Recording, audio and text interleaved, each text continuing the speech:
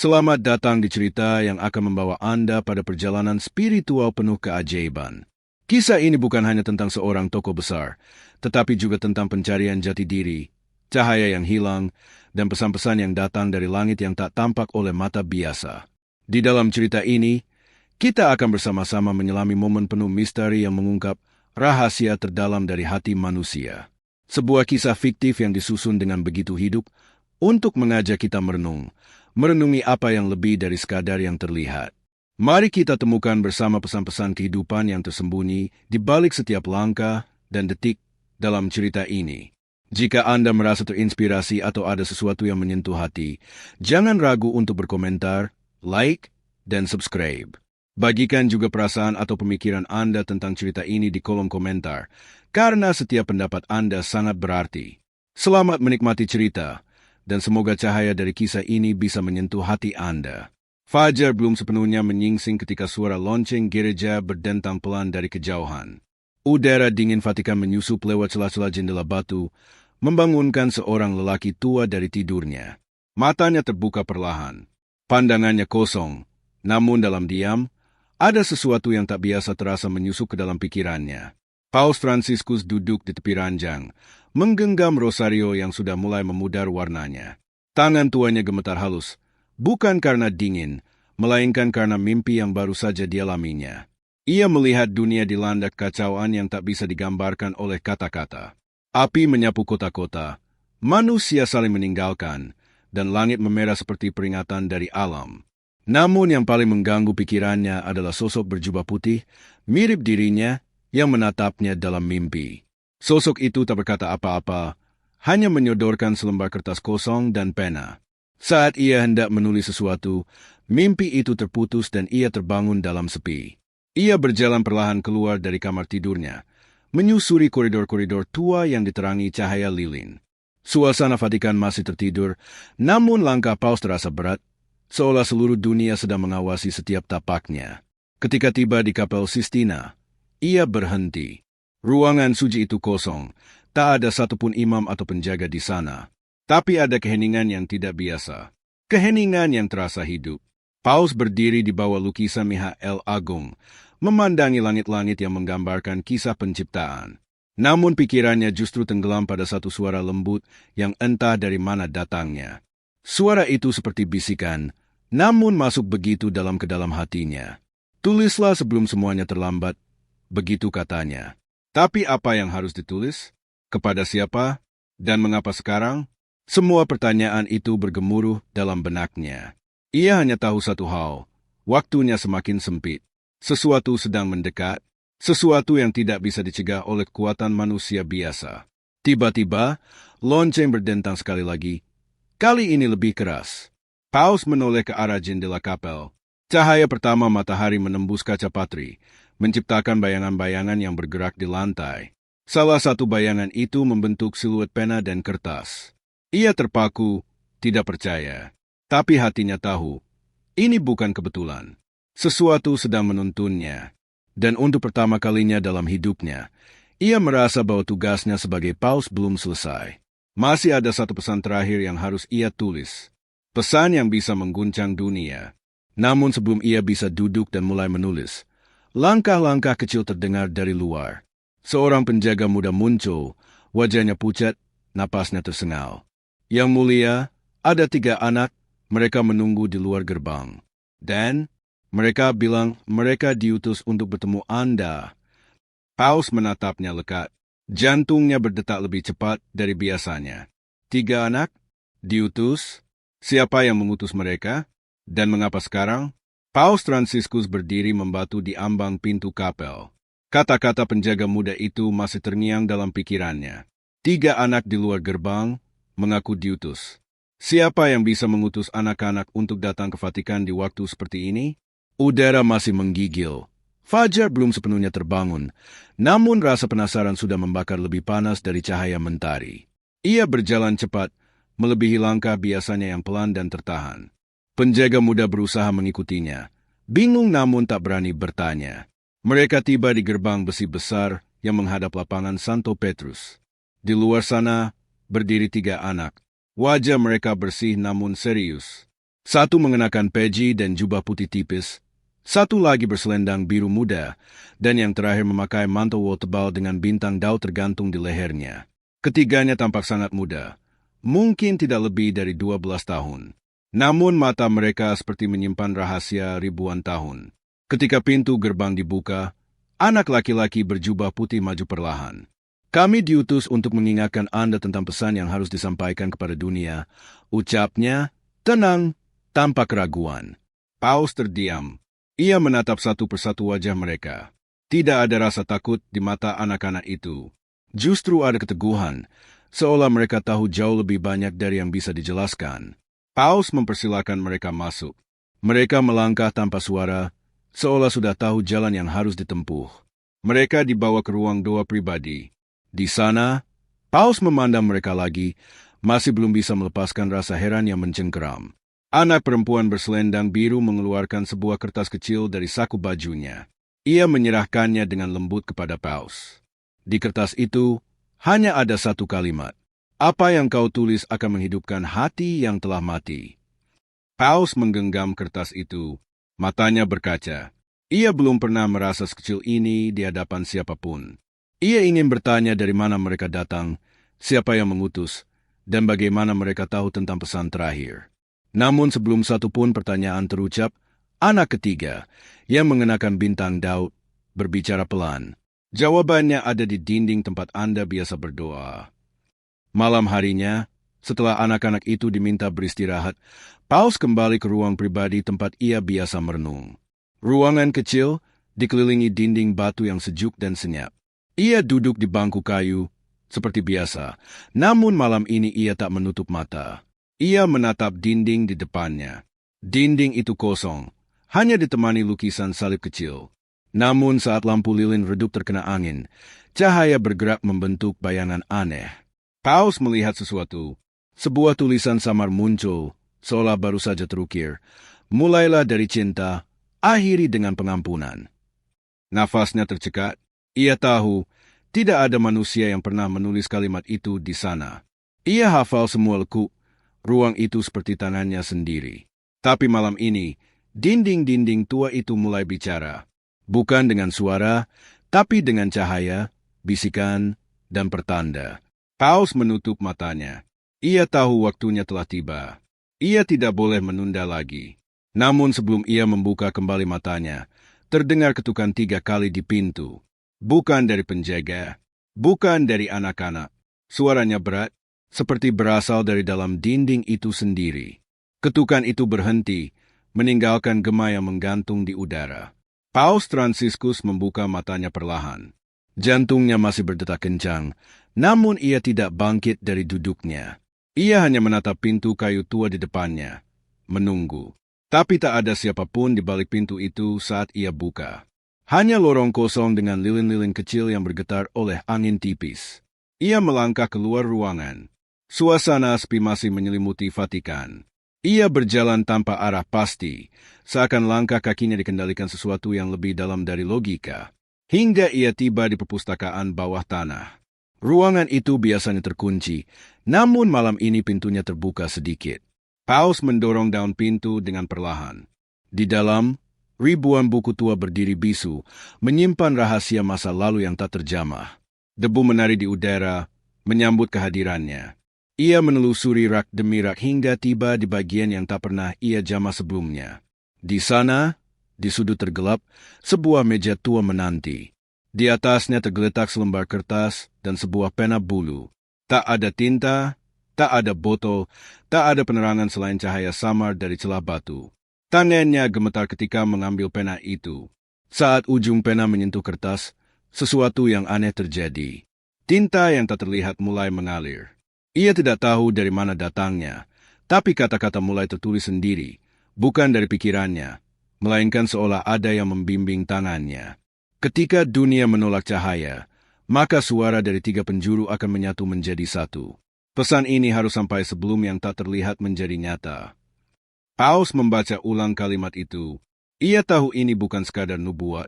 Ini adalah awal dari sesuatu yang jauh lebih besar. Ia menatap kertas itu, dan tiba-tiba, kata-kata berikutnya muncul tanpa ia gerakan pena. Temukan mereka di kota yang terbakar cahaya, di tempat langit bersujud dan tanah menari. Kalimat itu berhenti di sana. Tinta tak terlihat berhenti mengalir. Paus membeku. Apa arti semua ini? Kota yang terbakar cahaya? Langit bersujud? Ia memutuskan untuk kembali ke ruangan tempat 3 anak beristirahat. Namun ketika ia sampai, ruangan itu kosong. Tidak ada jejak, tidak ada suara, tidak ada apapun. Tempat tidur mereka rapi, tidak seperti baru saja dipakai. Seolah ketiganya tak pernah ada di sana sejak awal. Hanya satu benda yang tertinggal. Sebuah kertas kecil tergantung di dinding, dengan tulisan tangan yang sangat halus. Kami ada di sekelilingmu, tapi yang harus ditemukan bukan kami, melainkan dirimu sendiri. Lagi-lagi, Paus terdorong untuk diam. Malam itu ia tidak tidur. Ia duduk di kamar pribadinya, merenungi semua pertanda, semua bisikan, semua pesan. Di luar, suara angin mulai berubah, seperti nyanyian dari tempat yang jauh. Dan untuk pertama kalinya dalam hidupnya, ia merasa Vatikan tidak sedang berdiri di atas bumi seperti biasanya. Ada sesuatu yang mengubah keseimbangannya. Ada sesuatu yang menunggu untuk dibuka. Hari berikutnya datang tanpa suara burung, tanpa dentang lonceng. Vatikan terasa lengang, seolah seluruh dunia tengah menahan napas. Paus Fransiskus berjalan menyusuri koridor panjang yang membelah basilika. Langkahnya lambat namun pasti. Setiap dinding yang dilewatinya kini seakan hidup, berbisik dalam bahasa yang tak terdengar tapi dapat ia rasakan. Pesan tentang kota yang terbakar cahaya terus berputar dalam benaknya. Ia mengunci diri di ruang kerjanya, membuka peta dunia yang tergantung di balik lemari besi. Ia menelusuri kota demi kota, menatap titik-titik cahaya di berbagai belahan dunia. Tapi tak satu pun memberinya jawaban. Hingga matanya terhenti di satu tempat. Yerusalem, kota tua itu memantulkan cahaya kemasan dari peta, meski warnanya biasa saja. Tapi entah mengapa, sinar lembut seolah keluar dari balik kertas. Di sanalah 3 agama besar pernah bertemu. Di sanalah langit sering bersujud, dalam doa, dalam tangis, dalam perang. Dan tanahnya? Tanah itu menari, dalam gemetar harap, dalam guncangan jiwa yang terus mencari makna. Paus berdiri. Ia tahu kemana ia harus pergi. Perjalanan ke Yerusalem berlangsung diam-diam. Tak ada siaran pers, tak ada pengawalan resmi seperti biasanya. Ia pergi hanya dengan 2 pendamping dekat, mengenakan pakaian sederhana dan topi lebar yang menyamarkan wajahnya. Dunia tidak tahu, tapi langit tampaknya sudah menunggu. Saat ia tiba di Yerusalem, suasana terasa berbeda. Bukan karena keramaian, tapi karena keheningan yang tidak biasa. Seolah seluruh kota sedang mendengar sesuatu yang tak bisa didengar manusia biasa. Paus berjalan kaki ke tembok ratapan. Di sana, ia berdiri lama, seperti mencari sesuatu dalam celah-celah batu. Matanya menelusuri ukiran waktu. Tangan tuanya menyentuh batu yang telah disentuh jutaan doa. Dan di saat itu, hujan turun. Bukan deras, tapi setiap tetesnya seakan membawa pesan. Seseorang menyentuh pundaknya. Seorang bocah laki-laki berpakaian seperti penggembala kecil. Ia menatap Paus dengan mata bening, lalu mengulurkan gulungan kertas kecil. Tanpa berkata-kata, ia pergi begitu saja, menghilang dalam hujan. Paus membuka gulungan itu. Di dalamnya tertulis dengan tinta emas yang berkilau walau basah. Ketika 3 cahaya berpadu, kegelapan akan mengintai. Tapi dari abu akan tumbuh taman. Paus duduk di anak tangga tembok ratapan. Napasnya berat, tapi matanya berbinar. Ia tahu, pesan-pesan ini bukan hanya untuknya. Ini untuk umat manusia. Tapi sebelum ia bisa menyampaikan apapun, langit di atas Yerusalem bergemuruh. Awan membentuk pola tak biasa. 3 cahaya turun perlahan dari langit, menyatu tepat di atas kubah batu. Orang-orang mulai keluar dari rumah, menatap langit dengan bingung dan takut. Dan saat itu terjadi, tanah mulai berguncang. Bukan gempa, tapi denyut, seperti nadi yang berdetak dari inti bumi. Tanah Yerusalem sedang menari. Guncangan itu hanya berlangsung 1 menit, namun meninggalkan jejak yang tak terhapuskan. Jalan-jalan sempit di kota lama Yerusalem dipenuhi oleh bisikan dan tatapan cemas. Namun Paus Fransiskus tidak bergerak dari tempatnya. Ia memandang langit yang perlahan kembali tenang, lalu menatap tanah yang baru saja menari. 3 cahaya tadi kini telah lenyap, tapi aroma mereka masih tertinggal di udara. Aroma tanah basah yang hangat, seperti baru saja lahir kembali. Lalu dari arah lain, terdengar suara yang tak berasal dari manusia. Bukan nyanyian, bukan teriakan, tapi seperti seruan tanpa suara, semacam panggilan hening yang menggema langsung ke dalam dada. Paus melangkah menuju sebuah lorong kecil di sisi kiri kota tua. Lorong itu begitu sempit, hingga cahaya pun enggan masuk. Tapi di dalamnya, ada sesuatu yang menunggu. Ia menemukan sebuah pintu kayu tua, yang terlihat seperti tak pernah disentuh selama puluhan tahun. Di atasnya tergantung sebuah lonceng kecil berwarna perak, tak berdenting. Ia mengetuk pelan. Tidak ada jawaban. Tapi daun pintu itu membuka sendiri. Di baliknya, seorang perempuan tua menunduk dalam doa. Ruangan itu penuh dengan lembaran-lembaran tua, gulungan-gulungan yang sebagian besar telah menguning. Di sudutnya, terdapat lukisan samar 3 anak kecil berdiri di atas sungai emas. Perempuan itu menoleh. Wajahnya keriput, namun matanya jernih dan penuh makna. Ia tidak tampak terkejut melihat Paus berdiri di hadapannya. Akhirnya kau datang juga, ucapnya dengan suara nyaris tak terdengar. Pesan itu sudah lama menantimu. Ia meraih satu gulungan dan menyerahkannya. Kertas itu bergetar halus dalam genggaman Paus, seolah hidup. Saat dibuka, huruf-huruf aneh menari membentuk kata-kata yang bisa ia baca meskipun bukan dalam bahasa Latin atau Italia. Jika engkau mendengar musik tanpa nada, maka waktunya telah dimulai. Yang tampak gila akan menjadi panduan. Yang diam akan berbicara. Dan yang dilupakan akan memimpin. Tiba-tiba, dari luar lorong terdengar bunyi-bunyian tak beraturan. Alunan seruling, lonceng, gesekan kawat, dan suara batu dipukul.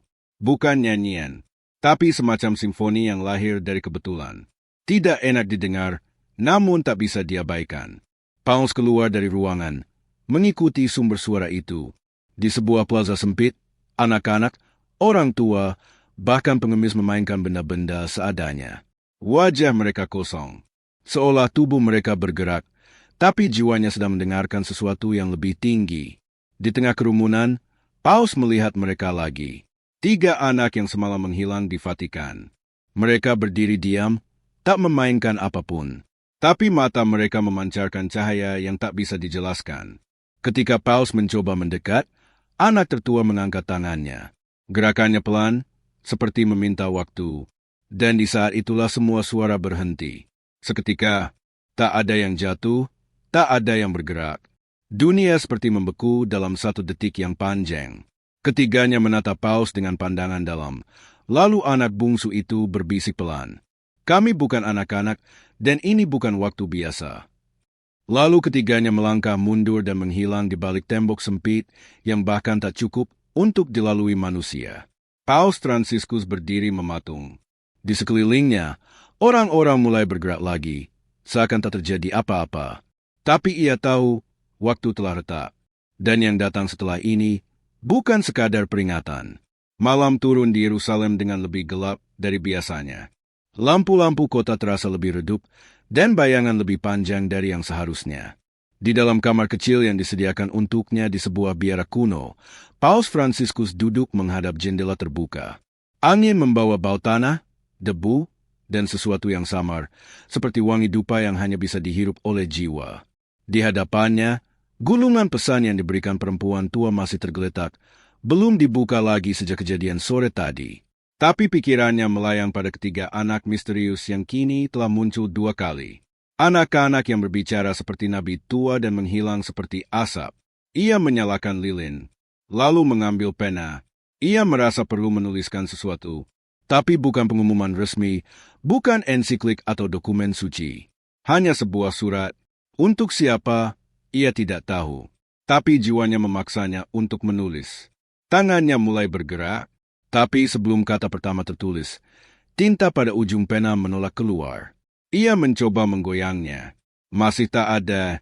Pena yang selama ini menulis ribuan kalimat hikmah, kini seakan membeku.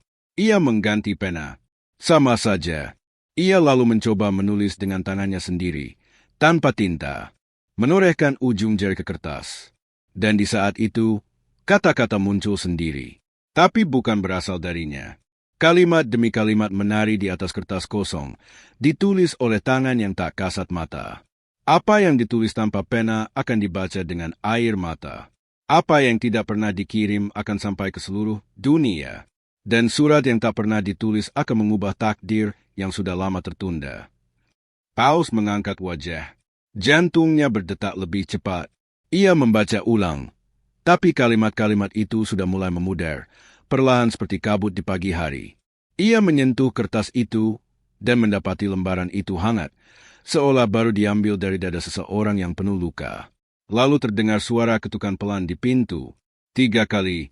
Ia membuka pintu dengan hati-hati, namun koridor gelap tak memperlihatkan siapapun. Tapi di lantai, terdapat benda kecil yang bersinar. Sebuah kunci tua, dengan gagang berbentuk matahari dan salib yang terlilit akar pohon zaitun. Ia memungutnya perlahan, lalu mendapati ukiran kecil di sisinya. Kata-kata yang ia kenal, kunci ini bukan untuk membuka, tapi untuk mengingat. Ketika ia menutup pintu dan berbalik, surat yang tadi menulis sendiri sudah lenyap. Bahkan lilin yang menyala pun padam dengan sendirinya. Tapi di dinding kamar itu, tercetak bayangan samar, bayangan 3 anak yang berdiri menghadap arah timur. Paus menatap bayangan itu dengan tubuh bergetar. Ia tahu waktu untuk diam sudah habis.